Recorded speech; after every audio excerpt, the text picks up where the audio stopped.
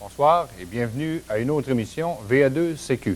Ce soir, au cours de l'émission, nous traiterons d'un sujet bien particulier, bien intéressant, l'aspect communautaire, avec mon invité Gaétan, VA2 Golf Hôtel Oscar, que nous retrouvons dans un instant après la pause. À tout de suite.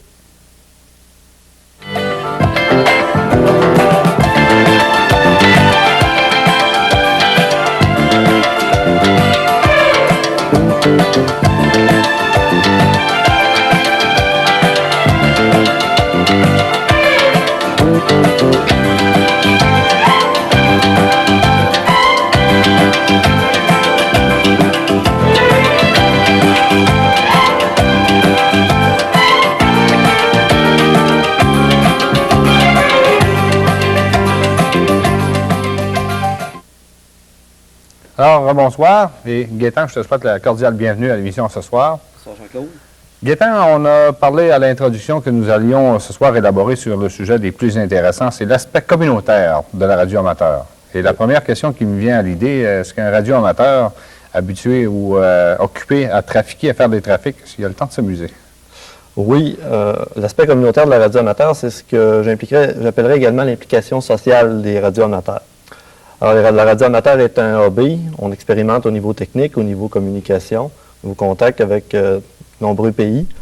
Et la radio amateur est soumise également à une réglementation assez stricte qui permet des choses et aussi qui limite d'autres sphères d'activité. Alors, au niveau de la réglementation, certains articles de la réglementation, certaines règles, permettent aux radios amateurs de participer à des activités dans un contexte un peu particulier. On parle, par exemple, de s'impliquer avec des organismes qui œuvrent soit au niveau de l'urgence ou des mesures d'urgence, que ce soit municipales ou provinciales.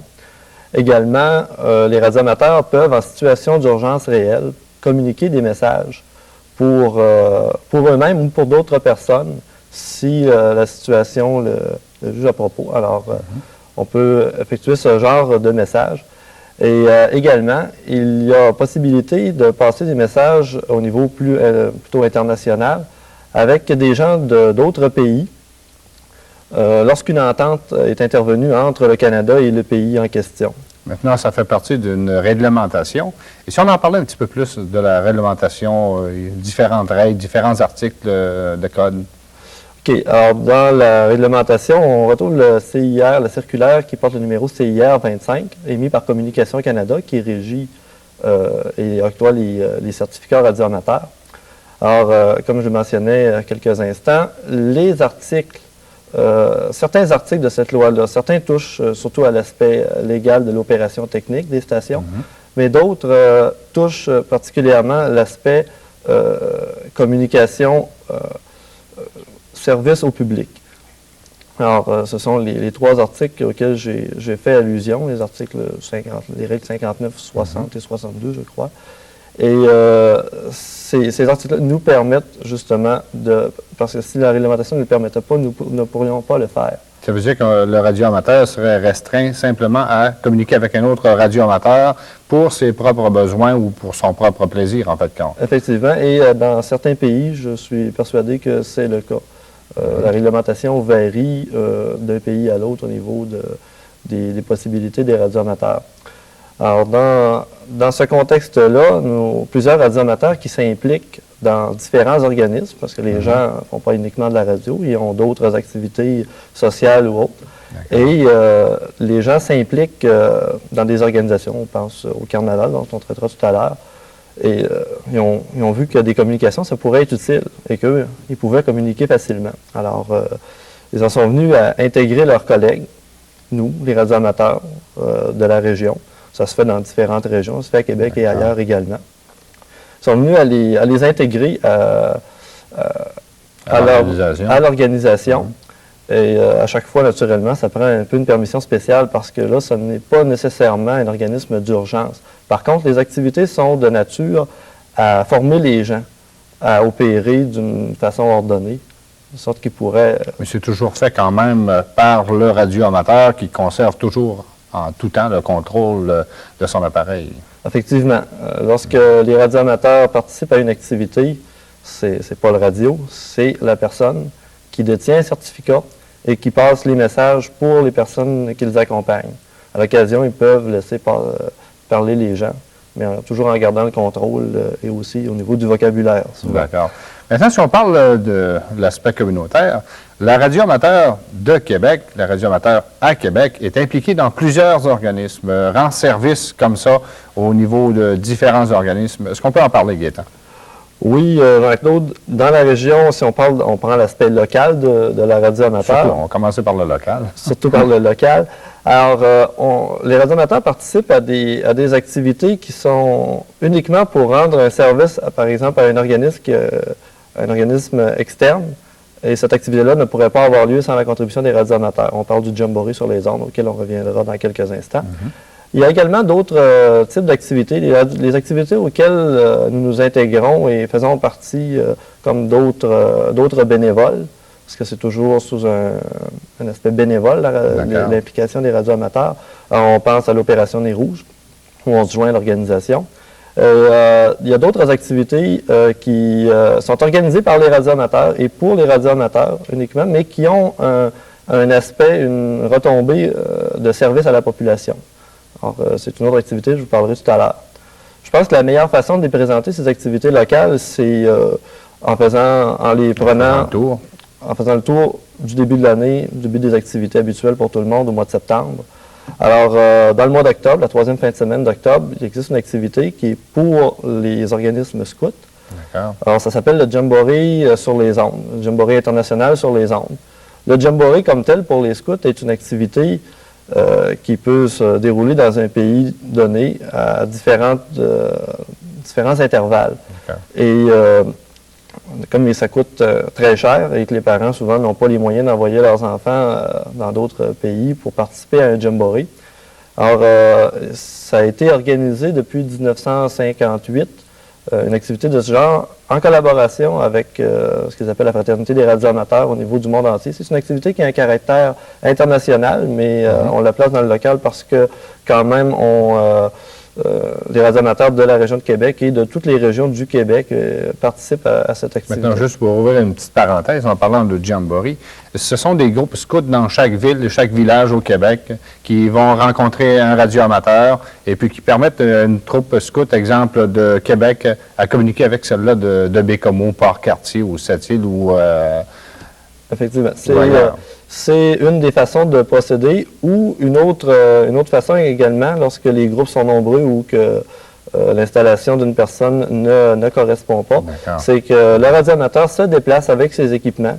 Donc, ça implique des connaissances techniques que les radioamateurs ont pour pouvoir s'installer temporairement pour une journée, une demi-journée ou 2 jours. La durée de l'activité maximum est de 2 jours dans les locaux scouts ou dans un local identifié et permettre à des groupes de communiquer. Ça se fait régulièrement dans la région de Québec. On peut communiquer naturellement dans la province, question de langage, c'est facile, mais aussi à l'occasion avec l'Europe, les secteurs de la France, tous les pays francophones pour notre région sont naturellement d'un attrait pour les jeunes très marqué. Très intéressant. Alors, c'est ce qui peut aussi à l'occasion... Dans un avenir prochain, amener justement ces jeunes-là à s'intéresser directement au monde de la radioamateur. Oui, et ce qui est bien plaisant aussi, c'est qu'on entend souvent des commentaires par la suite que 2 groupes de 2 régions du Québec, c'est plus facile, se sont rejoints dans l'été pour un camp. Un camp qu'ils ont planifié sur les ondes radio au moment du Jamboree sur les ondes. Alors, c'est des résultats qui sont vraiment plaisants. Alors, si on poursuit dans l'année au niveau des activités qui existent, une activité d'importance maintenant presque dans tout le Québec et même à l'extérieur du Québec, c'est l'opération Nez Rouge. Alors, Les radioamateurs de la région de Québec participent à l'opération depuis le tout début. D'ailleurs, la première année de l'opération, en 1984, nous étions les seuls à faire des communications. Par contre, depuis le temps, étant donné que l'opération a pris beaucoup d'ampleur et qu'il y a beaucoup de bénévoles, je pense qu'il y a beaucoup de gens qui, même à date, ont pu participer à l'opération Nez Rouge. Alors, nous offrons nos services, toujours bénévoles, il va sans dire, pour apporter un surplus les jours un soutien supplémentaire aux communications qu'ils ont dû installer, étant donné qu'on ne pouvait pas couvrir à une quarantaine de bénévoles les 22 soirs à temps plein là, pour tout le monde. Maintenant, ça veut dire combien de personnes, si on prend l'opération Nez Rouge, Gaétan, ça représente quand même beaucoup d'équipements, ça représente du temps de la part de l'amateur également. Ça veut dire combien de personnes si on prend l'opération Nez Rouge? L'opération Nez Rouge, au total, on peut parler de 40 à 45 radioamateurs différents qui vont s'impliquer au cours de l'opération d'une vingtaine de jours environ. Et les radioamateurs ont en moyenne entre 500 et 1000 $ de leur équipement personnel qu'ils utilisent lors de ces opérations et mettent à la disposition de l'opération. En fait, c'est de s'amuser, de communiquer. Tout en rendant service. Tout en rendant service et souvent aussi d'expérimenter parce que la radioamateur est un hobby expérimental. Alors, on arrive toujours dans des situations anormales, dans des endroits plus loin que prévu où il faut se dépanner pour communiquer des messages. Alors, on prend des bonnes notes et puis si cette année, le signal a mal passé dans un endroit, on peut prévoir pour l'année d'après, prendre des précautions et dire, bon, on va s'installer une répétitrice ou quelque chose du genre où on va changer simplement les équipements de place pour être plus efficace. C'est en plein ça. Et à quel prix, ça, Gaétan, le radioamateur peut rendre service à un organisme du genre? À quel prix? Ça se compte difficilement parce qu'on parle des équipements des personnes, mais on ne parle pas de toute l'infrastructure impliquée. Et les stations relais, les répétitrices, comme on les appelle, ou les répéteurs, sont des équipements qui, au plus faible coût, peuvent valoir 2000 $. Et là, c'est de l'équipement usagé que nous avons reconditionné et utilisé. L'appareil neuf coûte entre 5 et 10 000 $. Alors, c'est de dépenser sans compter, en réalité. C'est ça. Alors, il y a toujours moyen de s'organiser pour avoir accès à ces équipements-là et rendre des services. C'est un peu le pendant, d'ailleurs. Nous avons accès à ces équipements-là que nous montons et avons des possibilités pour les installer. En revanche, les radioamateurs rendent service à la population de cette façon-là. Ils prennent de l'expérience également. En communication, dans des situations parfois difficiles. Maintenant, on a parlé du Jamboree, on a parlé de l'opération Nez Rouge. Ça ne s'arrête pas là. Non, la période hivernale est très, très active pour les radioamateurs. Début décembre à la fin février, les activités se succèdent à un rythme assez essoufflant même, des fois. Alors, tout de suite après, c'est le carnaval d'hiver de Québec, et nous participons depuis de nombreuses années à la bougie du carnaval. La journée de la bougie, c'est le genre de communication qu'on fait, c'est au niveau de la logistique pour tous les duchés et l'organisation de la bougie du carnaval. Alors, nous accompagnons dans chaque duché le président et la duchesse dans ses sorties. Aussi, les gens du duché qui font des contacts un peu partout. On parlait de logistique tantôt à ce niveau-là du défilé. Du défilé et de la bougie, ça veut dire qu'à telle heure, on est en voie de savoir combien de bougies se sont vendues par rapport que les radioamateurs dans chaque duché ont pu avoir des informations et centrer ça. Nous passons des messages au niveau de la vente, mais pas exclusivement, étant donné que ces informations-là sont déjà acheminées par communication téléphonique. Les communications pour la bougie sont surtout la logistique des déplacements des gens. Okay. Pour respecter les horaires prévus. Si on parle au niveau du défilé, par exemple, nous faisons partie du défilé. Nous sommes placés dans les chars allégoriques, dans les camions qui remorquent les chars allégoriques. Et nous pouvons intervenir sur les trous qui peuvent se créer, le désordre, parce que nous sommes en contact avec, il y a des gens qui sont avec les policiers. Donc, c'est c'est plus facile d'acheminer les messages. C'est toute une grosse organisation quand même. Le radioamateur, il se montre très discret à ce moment-là, fait partie à l'intérieur du... Oui, parce que le but n'est pas n'est pas notre... de se faire valoir. C'est de faire en sorte que les communications se font bien tout au long de l'activité et que s'il y a des bris techniques, pannes électriques, on puisse les réparer à temps.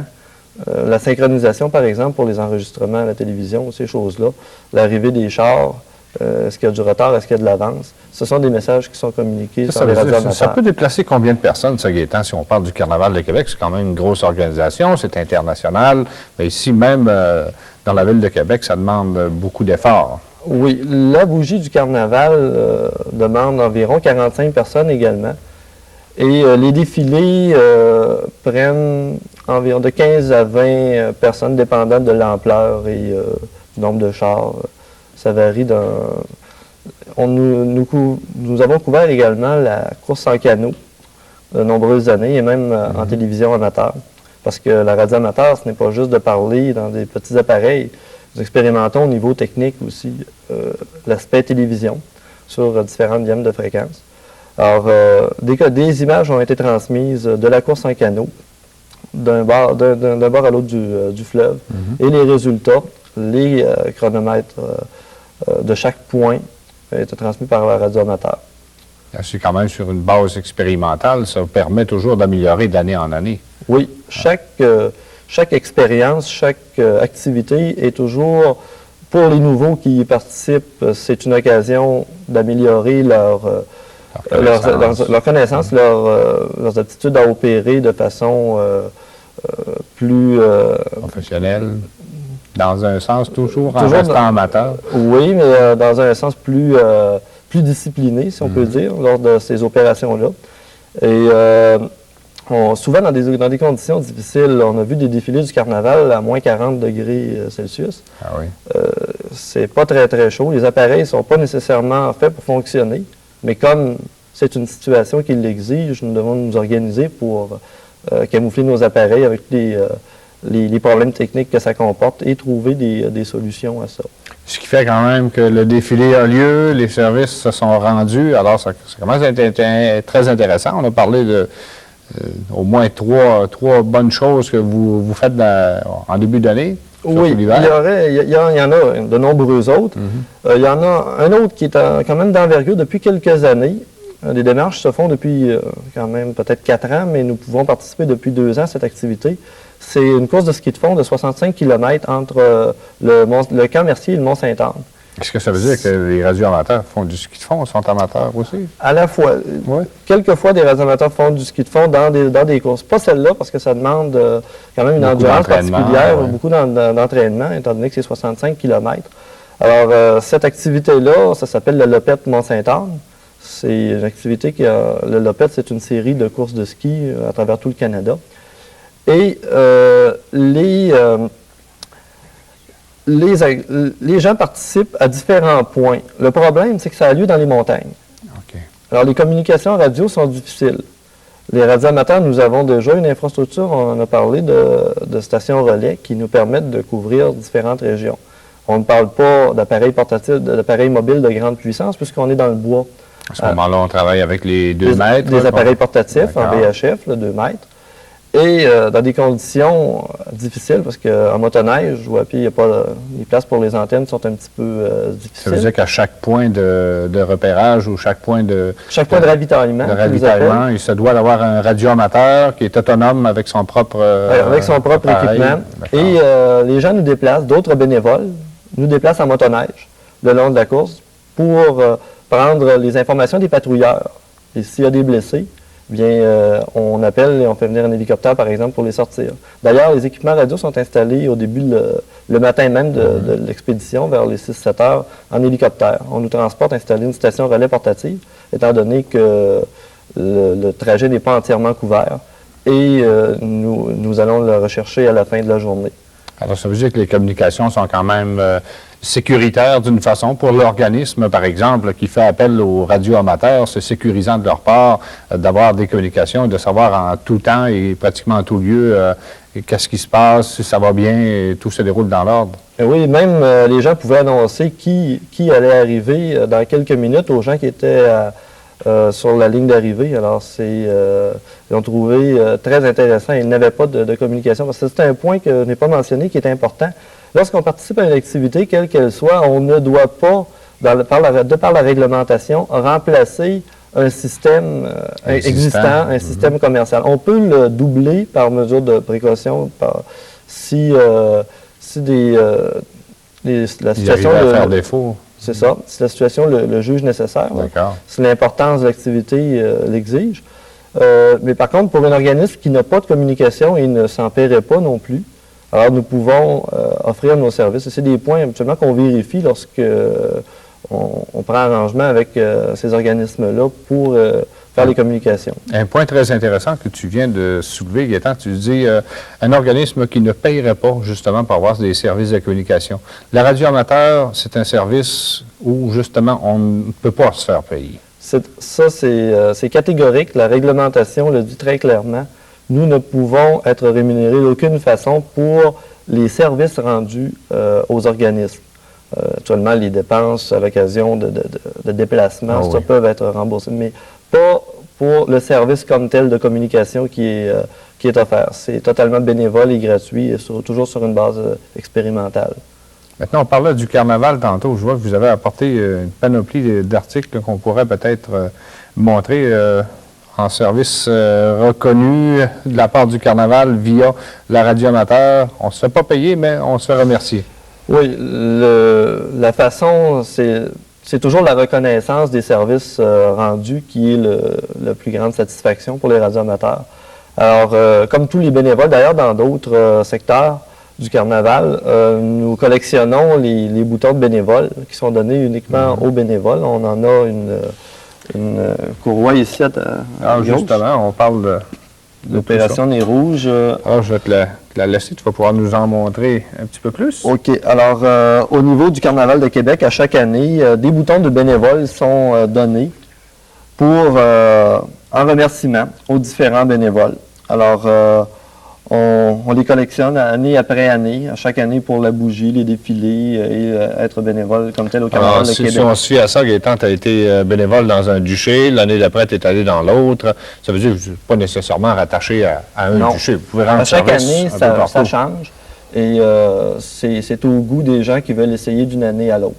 Nous avons participé également, on voit ici à Rendez-vous 87, une activité, le défilé de Rendez-vous 87, qui était une activité ponctuelle dont on parlera dans quelques instants. Il y a différentes activités de ce genre auxquelles on participe. Alors, c'est la récompense que le radioamateur se doit d'attendre, tout simplement. On parlait aussi, Gaétan, de l'opération Nez Rouge. Vous avez une très belle casquette ici, Opération Nez Rouge 1988. Alors, on a parler tantôt de tout ce qui se passait dans l'opération Nez Rouge. Ça devrait bien t'aller, ça, Gaétan, l'opération Nez Rouge. Effectivement, je les collectionne d'ailleurs. J'en ai une de chaque année comme les bénévoles. Ça donne l'occasion, justement, d'embrasser des choses comme ça et c'est plus tard, on ne participera pas toujours. 87. Effectivement, c'est un autre petit souvenir de Rendez-vous 87. C'est ce qui nous reste d'avoir participé. Carnaval de Québec. Oui. Alors, ça va avec... comme on participe, dépendant de l'endroit où on est attitré pendant, par exemple, la journée de la bougie, il faut être en mesure d'accompagner les gens. Et lorsqu'on accompagne bonhomme ou on accompagne les présidents, il faut être habillé en conséquence et être dans l'esprit du carnaval. Et c'est une expérience vraiment très enrichissante de participer à ça. Alors, si on passait maintenant à notre prochain sujet, on parlait tantôt d'opération de Rendez-vous 87. Je pense que c'était quand même un bon petit mot à nous glisser de là-dessus, Gaétan. Oui, Rendez-vous 87, c'était un événement en même temps que le Carnaval de Québec en 87. Et nous avons couvert le défilé de cette activité-là.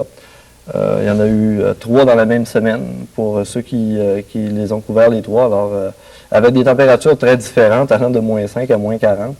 Ça a été une expérience, puis des parcours différents à chaque fois. Alors, expérience au niveau des défilés vraiment, vraiment enrichissante. Mais du côté des événements spéciaux, il y en a beaucoup d'autres aussi auxquels on participe. En fait, tous les événements d'importance. On pense à Québec 84, qui a été, sans contredire, un événement très... Un gros événement. Un gros événement. Nous avions une station radioamateur installée en permanence dans le Vieux-Port, l'édifice du Grand Marché. Et nous étions en démonstration. Nous pouvions faire des contacts au niveau international et au niveau local. Et une particularité intéressante lors de cet événement, c'est que nous avions déménagé. Les gens qui s'adonnent plus à la partie technique de la radio amateur dans la région de Québec ont déménagé le relais de télévision amateur sur un édifice du Vieux-Québec et ont installé également une caméra contrôlable à distance avec un petit appareil portatif sur le toit de l'hôpital L'Hôtel-Dieu. Alors, nous pouvions donner des images de à peu près tous les secteurs du Vieux-Port à la sécurité de Québec 84 qui nous appelait régulièrement et disait je vais avoir un plan de la porte numéro 1 ou de la porte numéro 2. Ça m'amène peut-être, Gaétan, à faire un peu plus rapidement parce qu'on est justement à veille de se quitter. C'est tellement intéressant que le temps passe.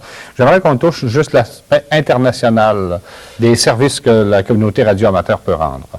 Okay. Au niveau international, c'est moins évident parce que les activités n'ont pas lieu ici, mais la principale activité, c'est de faire des messages téléphoniques et des raccordements téléphoniques pour les gens qui sont dans des endroits éloignés. On pense, par exemple, aux missionnaires. Plusieurs des missionnaires du Québec sont radioamateurs dans les pays où ils sont attitrés. Et leur seule façon de communiquer avec leur parenté, leur famille, c'est via les radioamateurs. Alors, il existe des réseaux à heure fixe où les radioamateurs du Québec, c'est souvent d'autres radioamateurs que ceux qui font les activités VHF, viennent les rencontrer et leur permettre de les raccorder. Naturellement, si une entente est déjà intervenue entre le Canada et ce pays-là. Une entente légale aussi au niveau de la possibilité de le faire. La réglementation. Les pays francophones ne peuvent pas, la France par exemple, ne peut pas faire ce genre de raccordement. Alors, ce qui veut dire qu'au niveau AB et au niveau radio-amateur qui est temps, malheureusement, c'est tout le temps que nous avions. Ça a fait passablement le tour. Je suis convaincu qu'on aurait pu en parler. J'aimerais quand même te remercier d'avoir participé à notre émission et te féliciter parce qu'au niveau d'un amateur qui a fait beaucoup de travail cette année, tu as été choisi l'amateur de l'année. Alors, on te félicite au nom de toute la communauté radio-amateur qui est temps pour ton excellent travail. Puis on te remercie 1000 fois d'être présent ce soir. Je te remercie beaucoup. Et puis, c'est une belle marque de reconnaissance de la part de toute la communauté de la région de Québec. Alors, merci beaucoup, Gaétan. En ce qui nous concerne, c'est déjà tout. Ça m'amène à vous parler du concours. Vous faites parvenir vos lettres à ici VA2CQ. L'adresse, c'est 2700 boulevard Jean Perrin, suite 120, Québec. Le code postal G2C1S9. À la fin de la série d'émissions, nous ferons la pige d'une lettre et le ou la gagnante se méritera un cours en première licence de radio amateur. Merci d'avoir été là et on vous invite à nous revenir la semaine prochaine. Bonsoir.